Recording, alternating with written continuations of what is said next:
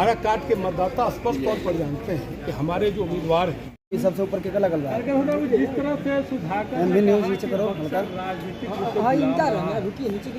क्या भाजपा जहां शासन करती है वहां लोग गुलाम हो जाते हैं।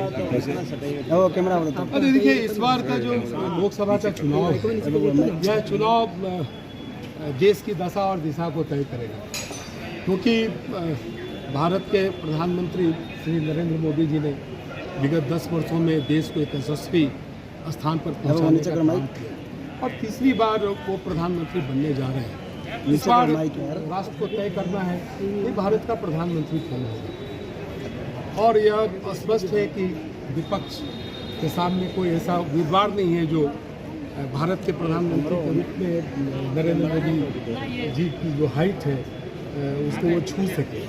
और देखिए, बक्सर तो परंपरागत हमारी सीट रही है। श्री हमारे जो मिथिलेश तिवारी जी हैं तो हमारे बहुत अच्छे कार्यकर्ता हैं और काफ़ी सामाजिक जीवन में, राजनीतिक जीवन में काम किया है। और देखिए, अभी तो बहुत स्पष्ट है कि श्री मिथिलेश तिवारी जी कमल निशान के पक्ष में अगर बटन देवेगा तो उससे नरेंद्र मोदी मजबूत है। अभी सवाल मिथिलेश तिवारी जी या किसी अन्य जो हमारे उम्मीदवार हैं उनका नहीं है। मिथिलेश तिवारी जी जीतेंगे तो भारत के प्रधानमंत्री जीतेंगे, और जब प्रधानमंत्री देश के बनेंगे तो स्वाभाविक है कि जो उनकी विकास यात्रा है, जो विकसित भारत का जो उनका खाका है, इसमें बक्सर भी कहीं पे दिखा। श्याम पित्रोदा ने जिस तरह का रंग को लेकर के बयान दिया है, काले लोगों को दक्षिण भारत का अफ्रीकन कहा है, इसको आप किस रूप में देखते हैं? नहीं, देखिए, भारतीय राष्ट्रीय कांग्रेस का जो नेतृत्व वर्ग है वो कहीं न कहीं मानसिक असंतुलन में है, क्योंकि लगातार कुछ न कुछ इंडी गठबंधन के द्वारा, भारतीय राष्ट्रीय कांग्रेस के द्वारा इस प्रकार से बयान दिए जा रहे हैं जो कहीं न कहीं भारत की अस्मिता, भारत का जो सनातन और आध्यात्मिक जो स्वरूप है उसको तोड़ने की एक बड़ी साजिश है। कभी वो धार्मिक होने का ढोंग करते हैं राहुल गांधी जी, कभी सनातन धर्म पर अपने सहयोगी। बहुत ग्रैंड। आज तो मुझे लगता है कि 4 घंटे तक मैं बक्सर की सड़कों पर रेंगता रहा। जनता आज हमको आशीर्वाद दे रही है, खासकर युवाओं में जो जोश था, महाजोश था।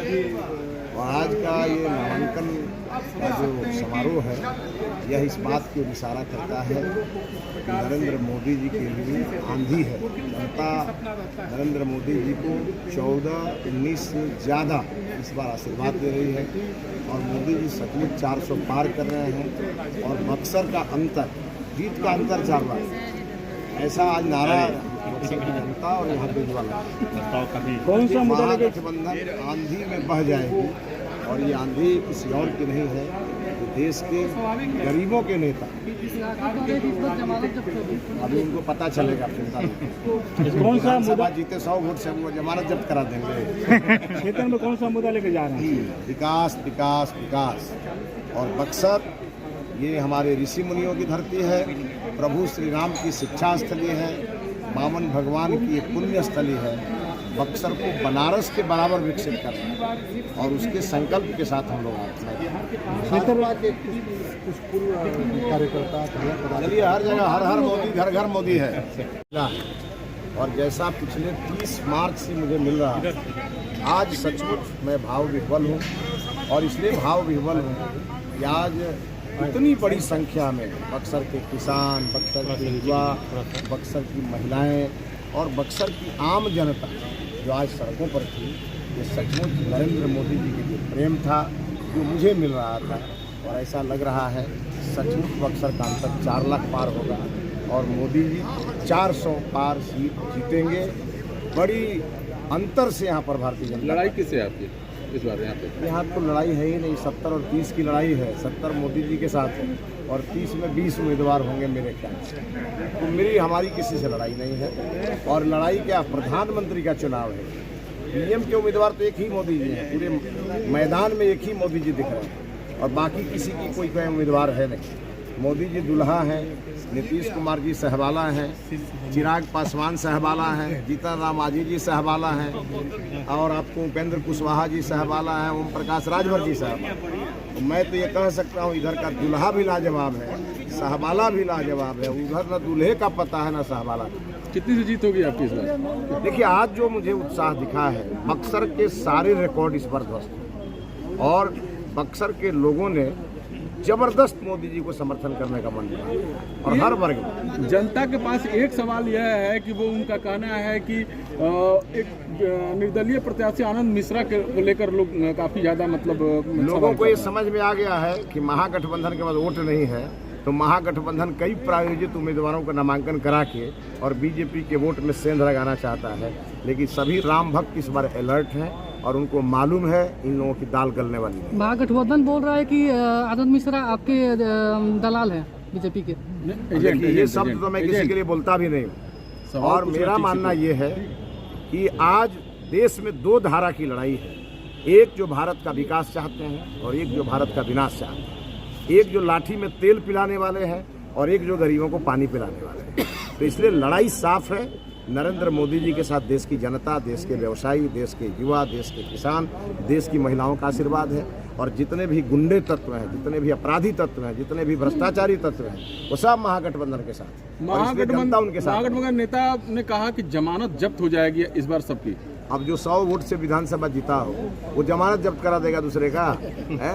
आप देखिएगा ना, आप 4 तारीख को हम उनसे बात करेंगे। हमको आलतू फालतू बोलने की आदत नहीं है और जितना वोट वो 100 वोट से जीते हैं, जितना वोट उनको जीतने पर आया था ना, उतना वोट से मैंने हराया था वहाँ पर पहले लोगों। बक्सर के लोगों के लिए मुद्दाएं क्या होंगे मिथिलेश जी? बक्सर के लोग चाहते हैं बक्सर अमन शांति का एक स्थान है। बक्सर तपस्वियों की सिद्धाश्रम है। बक्सर यहाँ सिद्धि सबसे पहले प्राप्त होती है अगर मन से तपस्या किया जाए।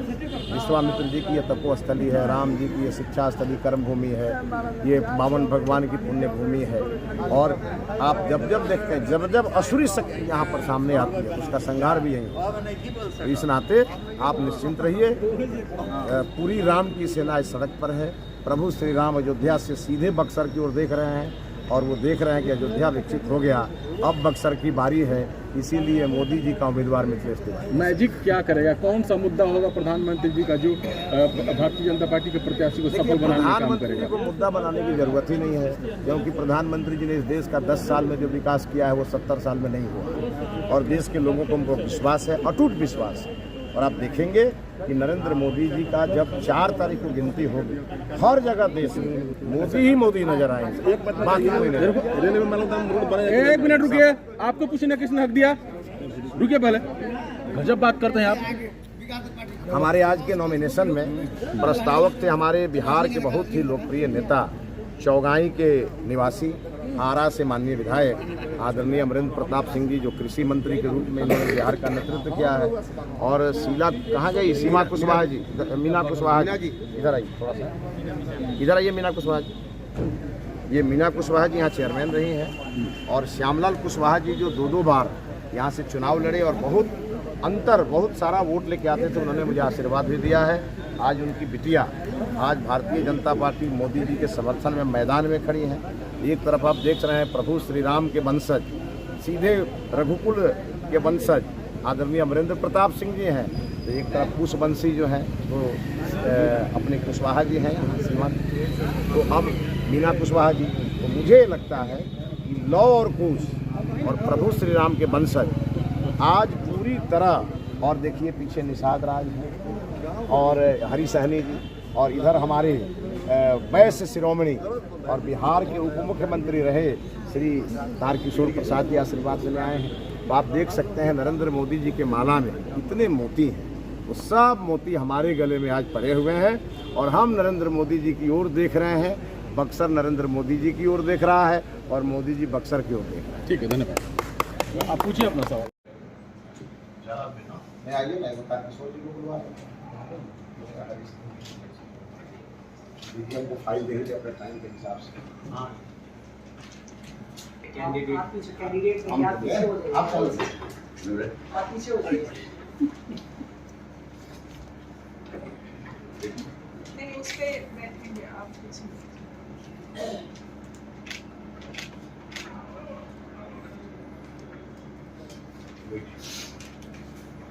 एक ही उसमें है ना, 2 है, 2 सीट है, एक और है।